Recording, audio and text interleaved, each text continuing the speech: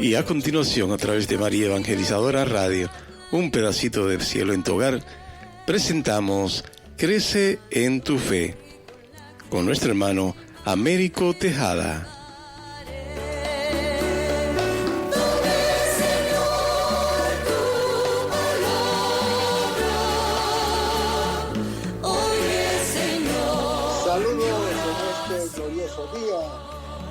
Y bendiciones a los clientes que escuchan María Evangelizadora Radio, que están sedientos de la palabra de Dios. Les envía un saludo a su hermano Américo Tejada, de la parroquia San Simón Stack San José, que está localizada en el Bronx y pertenece a la Arquidiócesis de Nueva York. Estamos aquí todos los miércoles de 4 a 5 p.m. y los sábados de 9 a 10 a.m. hora de Nueva York. Si se quieren poner en contacto con su servidor, pueden llamarme al 718-933-5299 o mandemos un mensaje de texto al 917-860-3678. En este segmento de estudios bíblicos titulado Crece en tu fe, estamos estudiando una obra titulada Jesucristo nuestro Salvador. La Iglesia Católica explica cuál es el proyecto de Dios para el hombre. Cuando dice, Dios infinitamente perfecto y bienaventurado en sí mismo, en un designio de pura bondad, ha creado libremente al hombre para hacerle partícipe de su vida bienaventurada. Esta realidad constituye una maravilla del amor de Dios, que deberíamos tener siempre ante nuestros ojos y no olvidarla jamás. Sin embargo, parece que este mundo tan secularizado y autosuficiente, no espera ni confía alcanzar una vida feliz, plena y eterna, y parece tener miras más cortas y materiales.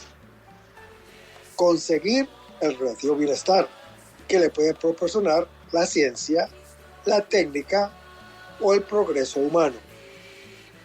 Un bienestar siempre temporal y caduco, de tal modo que la figura de Dios y de la vida eterna no está o no entra en el horizonte de ellos.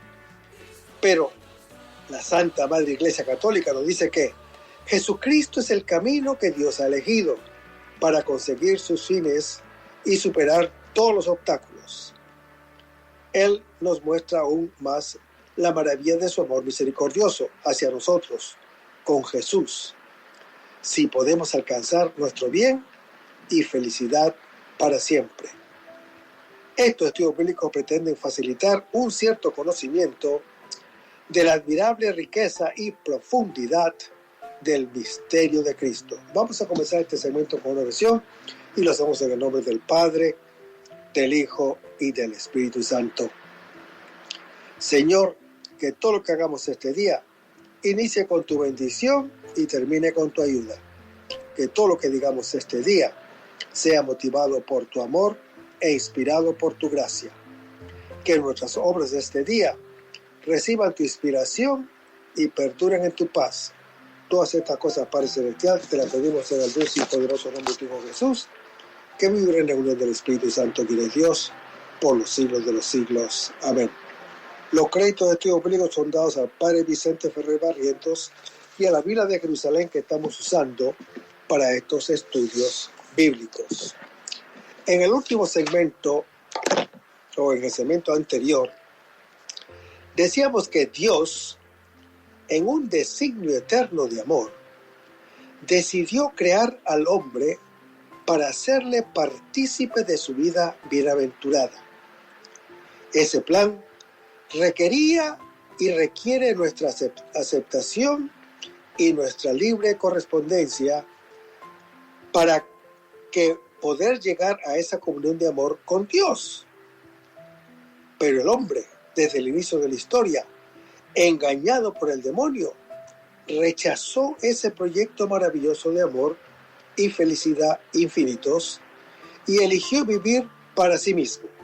Sin embargo, hermano que me escuchas, Dios, infinitamente sabio y rico en misericordia, llevó adelante su designio de un modo asombroso, sacando de ese mal, que es el pecado, bienes mayores. En efecto, en la plenitud de los tiempos, Dios Padre envió a su Hijo como Redentor y Salvador de los hombres caídos en el pecado, convocándolos en su iglesia y haciéndolos hijos suyos de adopción por obra del Espíritu Santo y herederos de su eterna bienaventuranza. Este camino elegido por Dios para salvarnos, por Cristo, con Él y en Él, muestra aún más vivamente la grandeza del poder de Dios y de su inmenso amor hacia nosotros. ¿Por qué ha venido el Hijo de Dios al mundo? ¿Qué finalidad tiene su venida? Hermanos, en los párrafos precedentes nos hemos referido al envío del Hijo de Dios al mundo y a la realidad del pecado. Pero, ¿hay entre estas dos realidades un nexo? Y, en todo caso, ¿por qué ha querido Dios la encarnación de su Hijo? Antes de responder estas preguntas, debemos tener presente que Dios no depende de nadie, pues no necesita nada y no está obligado a nada. Por eso no podemos dar una respuesta que se deduzca necesariamente del hecho de la encarnación. Dios podría querer la encarnación de su Hijo para librarnos del pecado, o podría quererla en orden a otro fin. Por tanto, hermano que me escuchas, para conocer el pensamiento y el liberalismo querer divino, no tenemos otro camino que acudir a lo que Dios mismo nos ha manifestado de los designios de su voluntad soberana. Veamos, pues, lo que nos dice la revelación.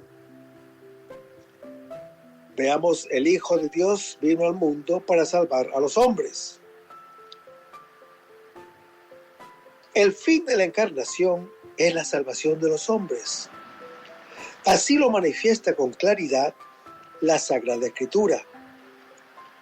Es palabra digna de crédito y merecedora de total aceptación que Cristo Jesús vino al mundo para salvar a los pecadores, como lo dice el apóstol Pablo en su primera epístola a Timoteo, capítulo 1. O bien, cuando afirma que el Hijo de Dios vino para que el mundo se salve por Él, como está en el Evangelio según San Juan, capítulo 3, versículo 17. Hermanos, el Padre es aquel que envía al Hijo. Leamos. Jesús le respondió: si Dios fuera su Padre, me amarían a mí, porque yo he salido y vengo de Dios. No he venido por mi cuenta, sino que Él me ha enviado, como lo dice en Juan capítulo 8. No solamente lo envía, también lo consagra. Leamos. A aquel a quien el Padre ha santificado y enviado al mundo, ¿cómo le dicen que blasfema por haber dicho: yo soy hijo de Dios? Lo da al mundo para salvarlo. Leamos. Porque tanto amó Dios al mundo, que dio a su Hijo unigénito, para que todo el que crea en Él no perezca, sino que tenga la vida eterna, como lo dijo el Señor Jesús en Juan capítulo 3. Hermanos, esta misión del Hijo, en la que se cumple la obra del Padre, introduce a los hombres en la comunión perfecta que une al Padre y al Hijo. Leamos. Porque aquel a quien Dios ha enviado habla las palabras de Dios, porque no da el Espíritu con medida. El Padre ama al Hijo y ha puesto todo en su mano. El que cree en el Hijo tiene vida eterna. El que resiste al Hijo no verá la vida, sino que la ira de Dios permanece sobre él, como está descrito en Juan capítulo 3. Esta misión será prolongada por la misión de los apóstoles. Leamos. Yo les he enviado a cegar, donde ustedes no se han fatigado, otros se fatigaron, y ustedes se aprovechan de su fatiga, como está en Juan capítulo 4. Hermanos, el Hijo comparte el juicio del Padre. Jesús entra en el templo blandiendo el látigo, no para juzgar y condenar al mundo pecador, pero precisamente ha venido a salvarlo, purificando el templo, desmonizando con su cruz la imagen diabólica que el hombre se ha forjado de Dios y de sí. En él elevado obtenemos el verdadero conocimiento de su ser y del nuestro, que la boca de la serpiente nos había arrebatado. El látigo que purifica el templo es su cruz. El autor de todo este plan de salvación es Dios Padre. Su amor inmenso al mundo entero lo lleva a enviar, a dar, a entregar al Hijo, al unigénito, y quien crea en el Hijo no perecerá, sino será salvo. Se verá libre de la muerte, recibirá la vida eterna. La condición única para gozar de esa vida eterna es que el hombre tenga fe, que se entregue a Jesús. Jesús, que quiere decir Yahvé salva, no podía traer una misión de castigo ni de condenación, sino que toda ella fue una misión de salvación. Jesús es el único Salvador. Sin embargo, la presencia de Jesús en el mundo provoca una crisis de decisión personal. O creer en Él o no creer. O lo que se sigue inmediatamente una consecuencia o de condenación o de vida eterna, cuya posesión comienza ya, en el momento presente. Leamos. En verdad les digo, el que escucha mi palabra y cree en el que me ha enviado, tiene vida eterna y no incurre en juicio, sino que ha pasado de la muerte a la vida, como nos dijo el Señor Jesús en Juan capítulo 5. Y la razón de una u otra suerte es profunda, pues creer en Jesús o no creer en Él es aceptar o no aceptar al que es el unigénito Hijo de Dios. Para ser Salvador del mundo, como está en 1 de Juan capítulo 4, para eso fue mandado Jesús a este mundo, para ser el Salvador del mundo. Por eso la Sagrada Escritura otorga muchas veces a Cristo el título de Salvador, desde la primera predicación de los apóstoles. Esto es lo que confiesa la Iglesia Católica en el credo niceno-constantinopolitano.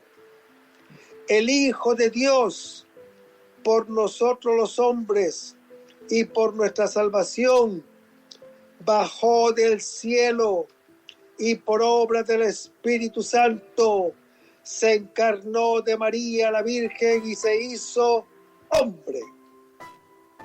Así pues, hermano que me escuchas, este es el amoroso designio divino. Dios, que quiere que todos los hombres se salven, según 1 Timoteo capítulo 2, ha decidido que su Hijo, hecho hombre, fuera la causa de nuestra salvación, como está en Hebreos capítulo 5. Para entender un poco más este designio divino, conviene recordar que después del pecado original, la naturaleza humana estaba privada de la vida divina y muy mal herida en su condición. Hacía falta comunicarle la vida de Dios que había perdido y hacía falta repararla. El hombre necesitaba ser salvado. Pero veamos los dos aspectos de la salvación del hombre: la liberación del pecado y la comunicación de la vida divina. Hermanos, la salvación del hombre, según el designio divino, comprende dos aspectos unidos e inseparables: la liberación del pecado y la comunicación de la vida divina. La Sagrada Escritura, para señalar la finalidad de la venida del Hijo de Dios al mundo, señala unas veces un aspecto y otras veces el otro. El Hijo de Dios se encarnó para librarnos del pecado.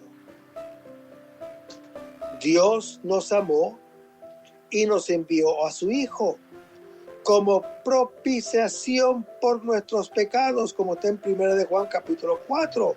O bien, el Hijo del Hombre ha venido a buscar y salvar lo que estaba perdido, como está en Lucas capítulo 19, versículo 10.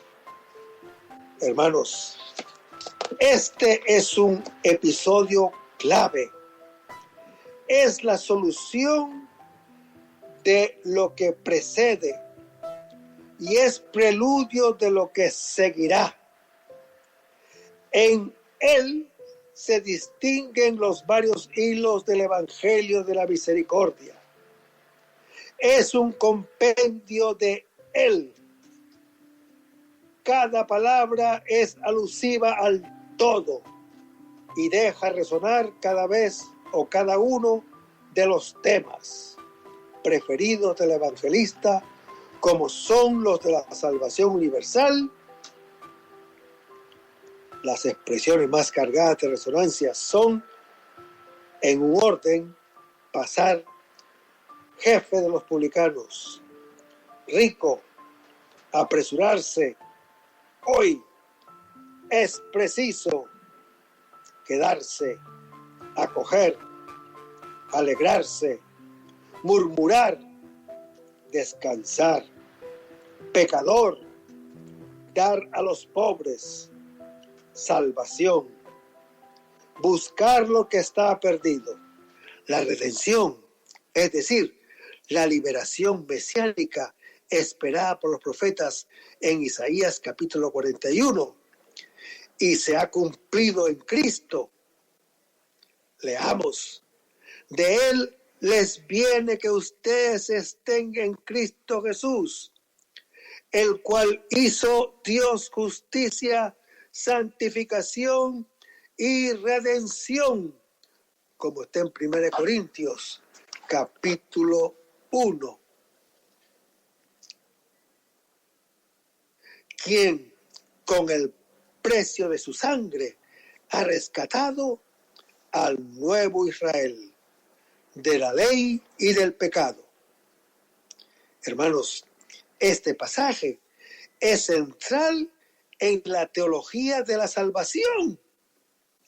El apóstol Pablo elimina toda presunción humana al declarar que todos los hombres son pecadores e insiste en la sola misericordia de Dios.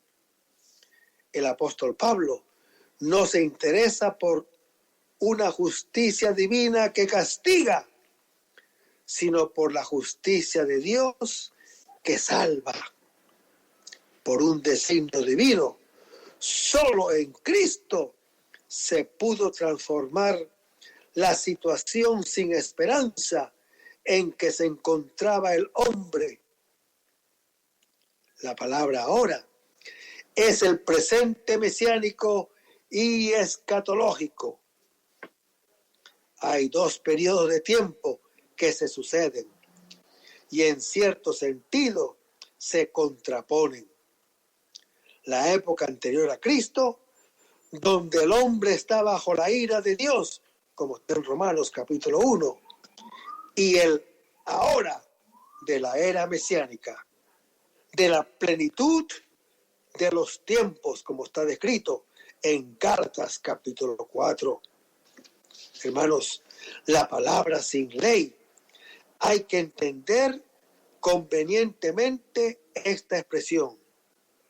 No se trata de la abolición de la ley, ya que el cristiano vive bajo la ley de Cristo, como está en Gálatas capítulo 6, sino de las obras de la ley, de las que Pablo ha hablado en Romanos 2 y hablará en Romanos 3. Leamos. Porque pensamos que el hombre es justificado por la fe, independientemente de las obras de la ley. Pues bien, hermano que me escuchas, independientemente de la ley, esto es, no como premio de las obras de la ley, sino por pura gracia. La justicia de Dios se ha manifestado. Aquí se trata de la actividad salvífica de Dios, el cual es fiel a sus promesas y las cumple. Hermanos, el verbo manifestar es usado para referirse a misterios escondidos en Dios, pero que se han sido o serán revelados al hombre, ya se trate del misterio de Cristo de Colosenses capítulo 3 o del misterio que es la vida del cristiano en 2 Corintios capítulo 4, cuando el apóstol Pablo dice, atestiguada por la ley y por los profetas. El apóstol Pablo cita a profusión a lo largo de la epístola la ley, los profetas, los escritos. Sí, por una parte, la escritura daba testimonio de que la justicia divina se manifestaría en Cristo. Por otra parte, solo a la luz del acontecimiento cristiano podrán ser comprendidos en profundidad y en plenitud los escritos de la antigua alianza, como está descrito en Hechos capítulo 10. Hermanos, cuando el apóstol Pablo dice, pero la justicia de Dios por la fe en Cristo Jesús, la partícula pero precisa que para beneficiarse de la acción salvadora, de la justicia divina, se requiere la fe en Cristo Jesús. La obra de la salvación no puede realizarse en el hombre dotado de libertad, sino mediante la aceptación libre de su parte. Y el apóstol dice, todos pecaron. Nuevamente, Pablo insiste en la necesidad universal de salvación. Señala que la acción salvadora de Dios está destinada a todos los hombres, a condición de que crean, según lo dice el apóstol Pablo en su epístola a los Gálatas, capítulo 2. Los judíos pueden haber recibido especiales privilegios, como está en Romanos capítulo 9, pero ante Dios son iguales a los gentiles. No hay diferencia alguna, pues todos pecaron y están privados de la gloria de Dios. Hermanos, la palabra gloria tiene un sentido muy bíblico. No significa ni la gloria del cielo, ni la gracia santificante, sino la presencia de Dios, o mejor, Dios mismo que se hace sensiblemente presente y se comunica a su pueblo. Así, la gloria de Dios llenaba el tabernáculo del desierto en Éxodo capítulo 40 y en el templo de Jerusalén en Primera de Reyes capítulo 8. Para San Juan, la gloria de Dios, o sea, Dios mismo, se hizo manifiesto en el Verbo hecho carne en Juan capítulo 1. Extendiendo esa idea a los individuos, el apóstol Pablo afirma que todos los hombres han pecado y se hallan privados de la presencia de Dios en ellos, al ser justificados mediante la fe. Los creyentes quedan convertidos en santuario de Dios, donde habita el Espíritu Santo, como está en 1 Corintios capítulo 3. Y después el apóstol dice, justificados gratuitamente por su gracia. Hermanos, solamente Dios justo puede con su justicia hacer justo al hombre, como está en Romanos capítulo 5. En el momento en que Dios ejerce sobre el hombre la acción de su justicia salvífica, éste queda justificado. El verbo en voz pasiva insiste en el aspecto pasivo de la justificación. Las expresiones gratuitamente y por su gracia enfatizan la gratitud de la justificación. No se trata de una recompensa a méritos personales. Todo es un don, o sea, es un regalo del favor y de la benevolencia divina, como está en Efesios capítulo 2. Y si para ser justificado se requiere por parte del hombre el acto libre de fe, esta misma fe es un don de Dios por la redención realizada en Cristo Jesús, nos dice el apóstol Pablo. El concepto de redención subraya ante todo la idea de la liberación de una esclavitud. La idea de rescatar dando algo es secundaria en Efesios capítulo 4. Hermanos, la palabra redención, liberación. Yahvé redimió a Israel liberándolo de la servidumbre de Egipto para hacer de él un pueblo que le perteneciera como propiedad personal y sellar con él una alianza, como lo hizo en Éxodo capítulo 19. Más tarde, Yahvé lo redimió de la cautividad de Babilonia y lo llevó de nuevo a la tierra santa, después de haber disipado como nube sus pecados en Isaías capítulo 41. En una perspectiva de mayor interioridad, los salmistas anhelaban la redención, liberación del pecado, como está en el Salmo número 49. Redención y rescate. El concepto de redención incluye a veces la idea de rescate mediante la paga de un precio. Pablo dice que los cristianos han sido comprados por un precio en 1 Corintios capítulo 6. Y la misma idea se percibe en otros textos del Nuevo Testamento, como en Marcos capítulo 10, Hechos capítulo 20, Efesios capítulo 1, Hebreos capítulo 9. Sin embargo, hermano que me escuchas, en estos textos, la impresión rescate significa ante todo que el cristiano pertenece a Dios y ha sido liberado de la esclavitud y de la cautividad del pecado. Leamos la Escritura.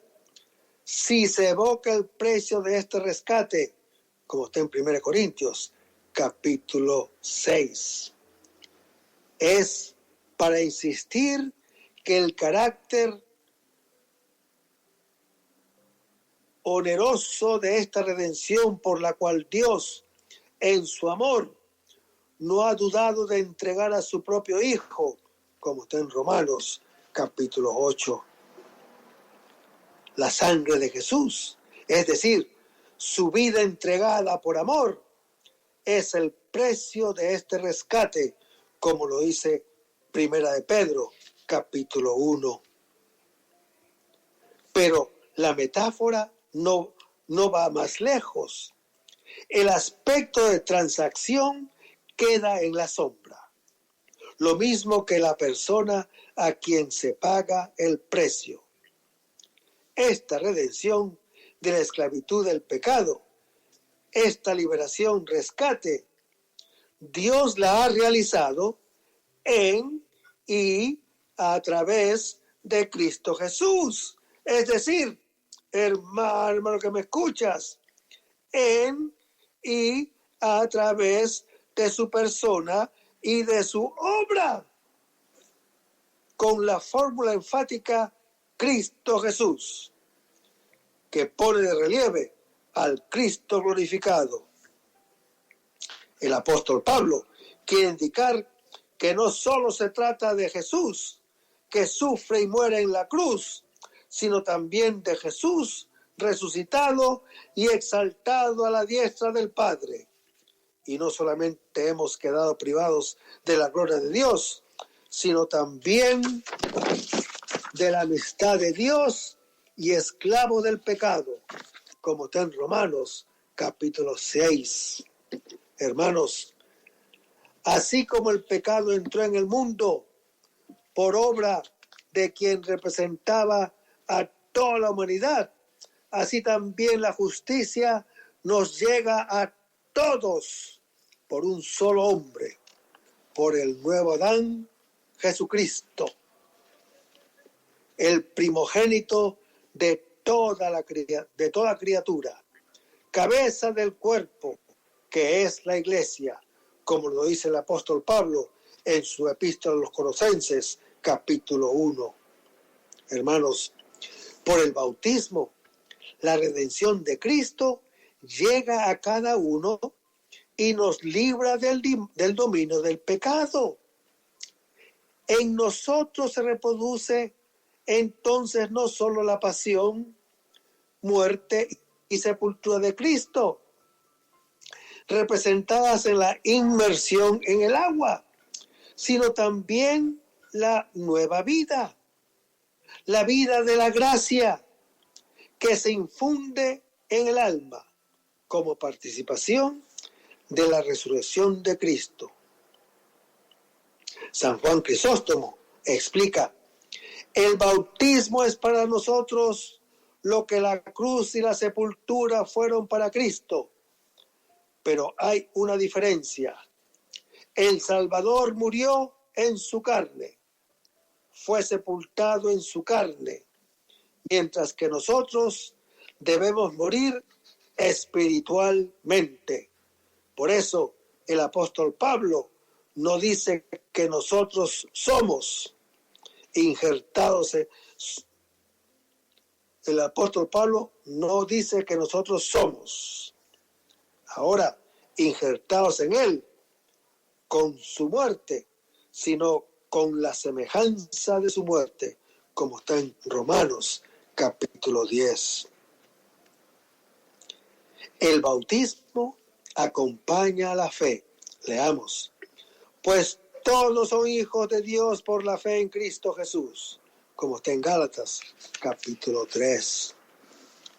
Y la expresa por el eficaz simbolismo de su rito. La inmersión es el baño del agua.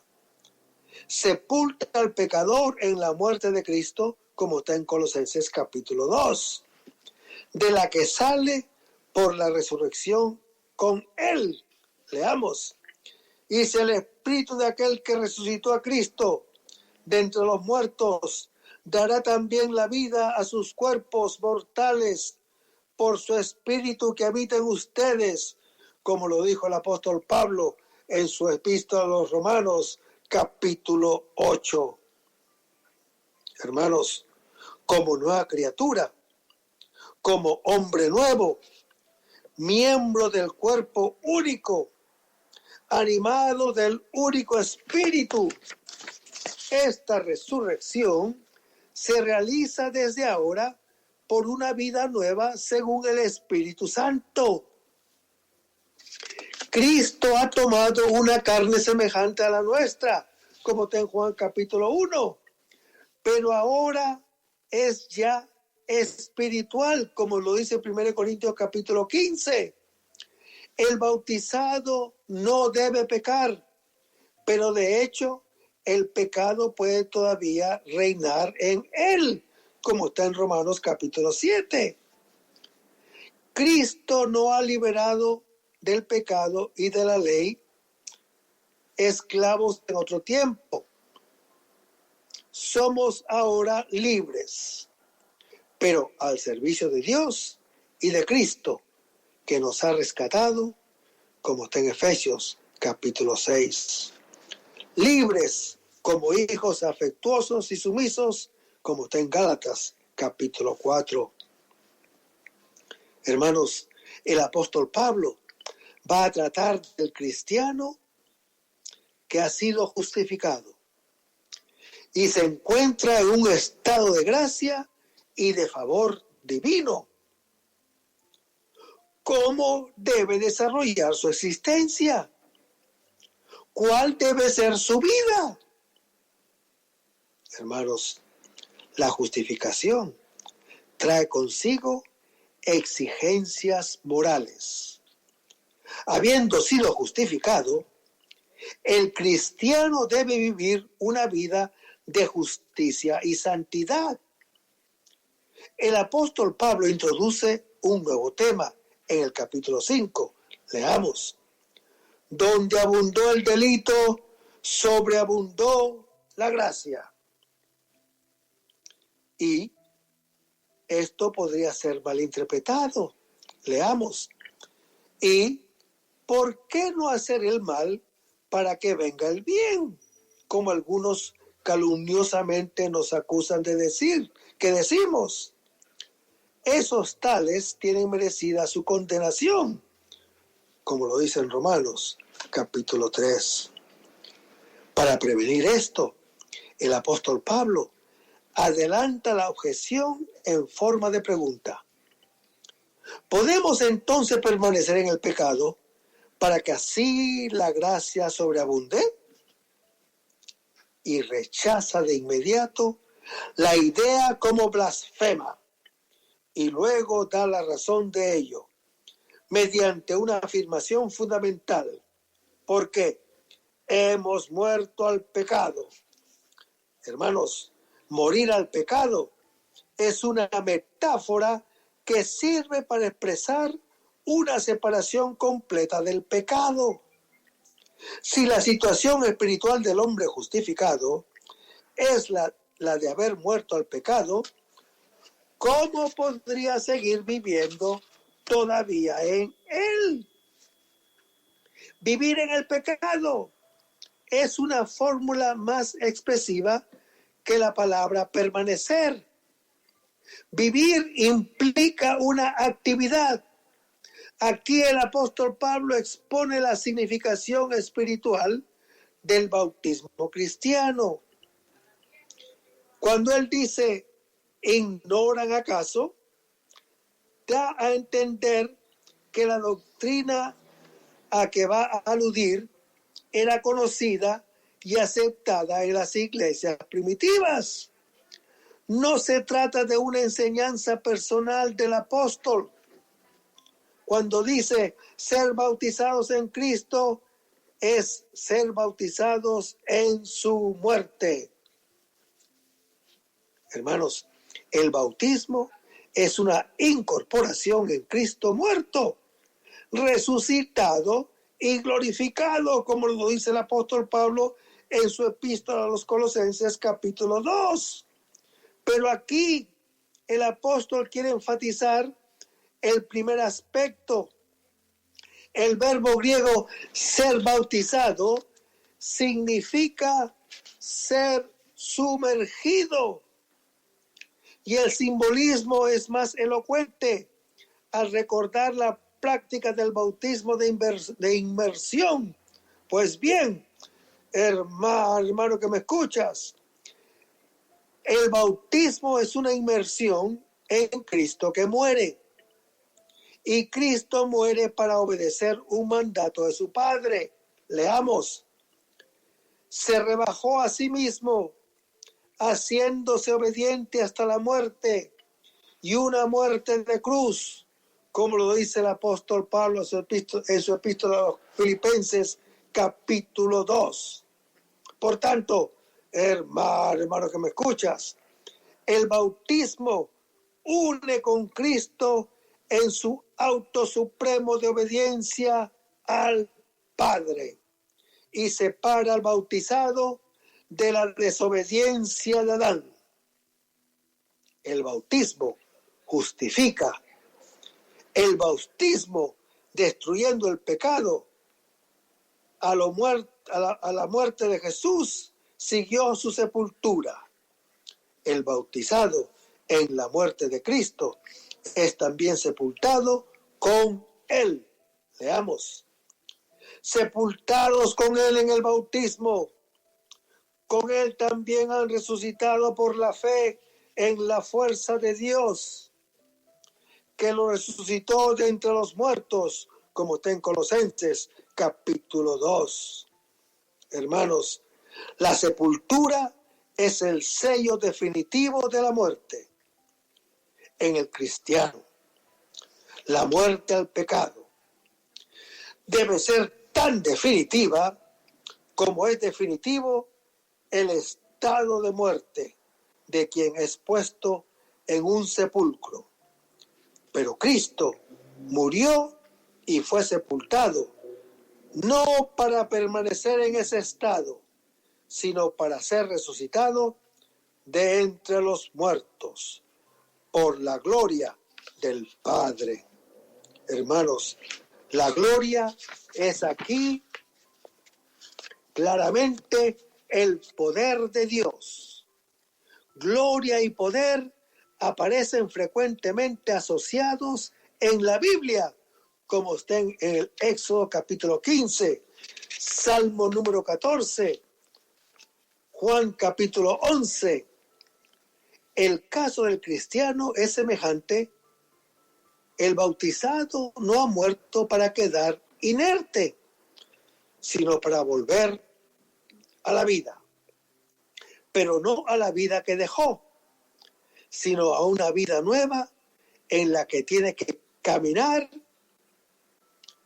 El adjetivo nueva se opone a antigua. Así, esta vida nueva equivale a otra expresión paulina, la nueva creación, como lo dijo en 2 Corintios capítulo 5 y Gálatas capítulo 6. Esta nueva situación presente es como un principio de la vida futura definitiva, como él nos lo dice en Filipenses capítulo 3 y Colosenses capítulo 3. Y cuando el apóstol Pablo dice, porque si hemos sido injertados en la semejanza de su muerte, ciertamente también lo seremos en la de su resurrección. Hermanos, el apóstol Pablo prosigue su comparación, pero ahora emplea la metáfora del injerto en las plantas para seguir ahondando en la perfecta participación que el cristiano tiene en el misterio total de Cristo. Unido con Él por el bautismo en su muerte y sepultura, ciertamente participará también con Él de su resurrección, como está en Filipenses capítulo 3. La resurrección futura no es solo la exigencia natural de un espíritu que tiene una relación trascendental a su propio cuerpo. No, la resurrección futura no es al mismo estado de ahora, sino de otro orden. Responde a una vida eterna y gloriosa, cuyo germen llevamos gracias a nuestra inserción en Cristo resucitado. Nuestro hombre viejo fue crucificado, dice el apóstol Pablo. Hermanos, todo el ser del hombre caído y pecador fue puesto en la cruz juntamente con Cristo para que fuera destruido el cuerpo del pecador. Esta última expresión no se refiere al cuerpo como elemento distinto del alma, sino que designa al hombre total pecador, el cual se hace presente en el mundo mediante su cuerpo y obra a través de su cuerpo, como está en Romanos capítulo 7. En este sentido, el hombre viejo y el cuerpo del pecado son expresiones equivalentes que están en Colosenses capítulo 3 y Efesios capítulo 4. Pues bien, hermano que me escuchas, en el bautismo, cada cristiano participa personalmente de la muerte de ese hombre viejo y destruido su cuerpo de pecado, deja de ser esclavo del pecado.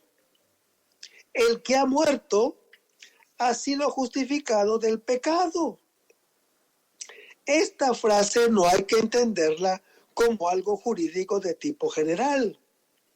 El difunto queda libre de la pena, sino en el sentido teológico del contexto del contexto, a saber, el que ha muerto con Cristo por el bautismo ha sido verdaderamente liberado del pecado. Si el cristiano ha estado unido a Cristo en su muerte, lo estará también en su vida.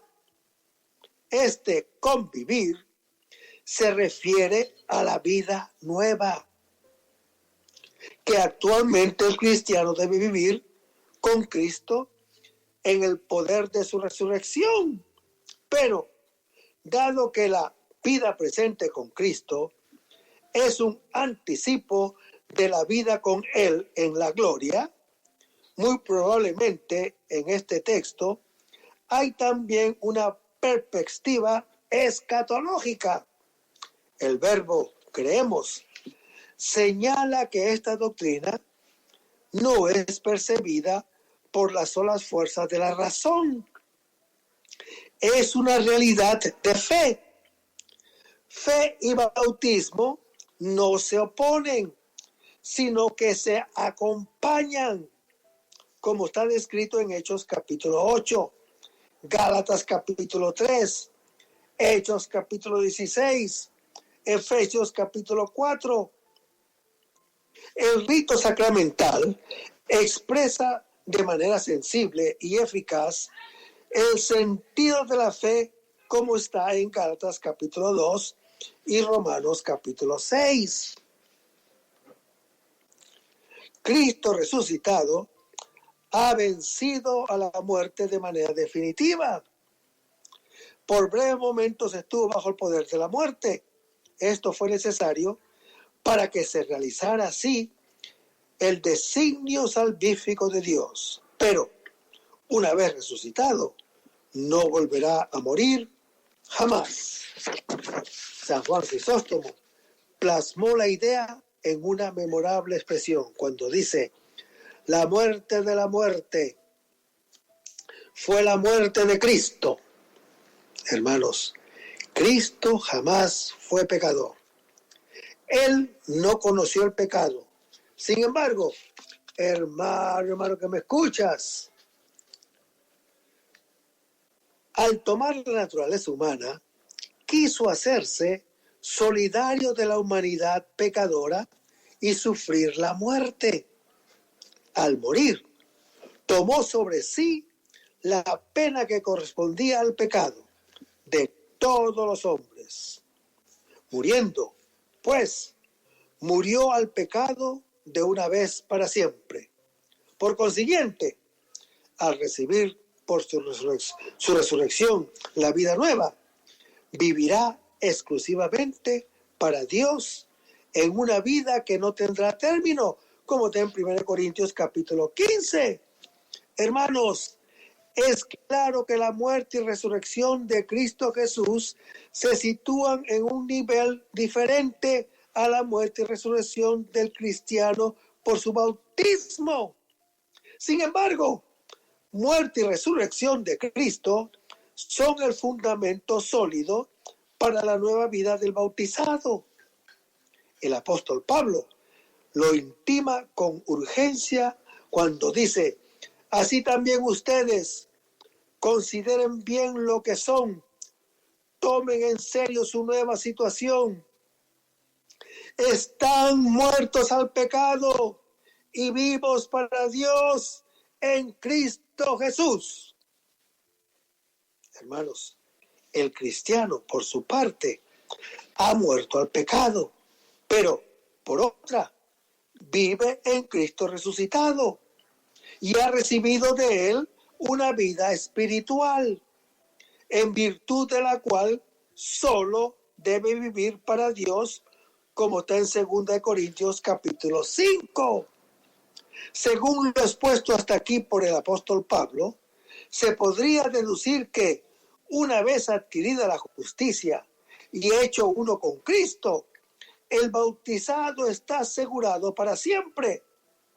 No, repito, no.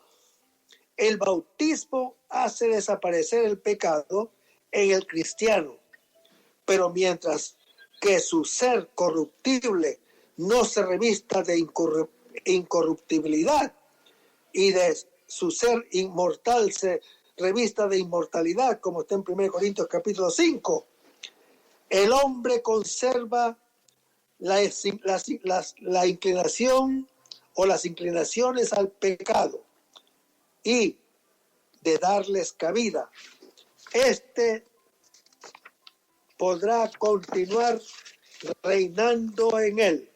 Leamos.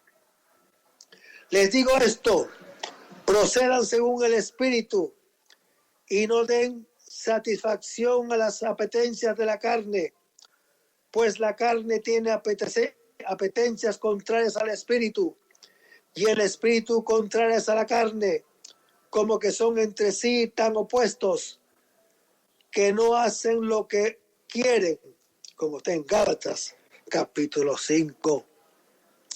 Hermanos, el apóstol Pablo ha dicho que estamos bajo la gracia, o sea, bajo el favor de Dios y no bajo la ley. No estando bajo la ley que castiga el pecado, alguno podría concluir que entonces se puede pecar. Pablo responde: eso jamás. Pero ese jamás lo vamos a dejar así como está, porque lo vamos a seguir explorando en el próximo segmento. Vamos a terminar este segmento con una oración y lo hacemos en el nombre del Padre, del Hijo y del Espíritu Santo. Señor Jesús, ayúdanos a conservar el fervor espiritual, la dulce y confortadora alegría de evangelizar, incluso cuando hay que sembrar entre lágrimas, como Juan el Bautista, como lo hicieron los apóstoles Pedro y Pablo y los otros apóstoles, y también esa gran multitud de evangelizadores que se han sucedido a lo largo de la historia de la Iglesia Católica, con un ímpetu interior que nada ni nadie sea capaz de extinguir. Señor Jesús, que esta sea la mayor alegría de nuestras vidas entregadas al Evangelio. Y ojalá que el mundo actual pueda así recibir la buena nueva de tu Evangelio, porque tenemos la tarea de anunciar el reino de Dios y de implantar tu iglesia en este mundo que todavía no te conocen. Todas estas cosas, Padre Celestial, te las pedimos en el dulce nombre del nombre de tu Hijo Jesús, que vive en la unión del Espíritu Santo, quien es Dios, por los siglos de los siglos. Amén.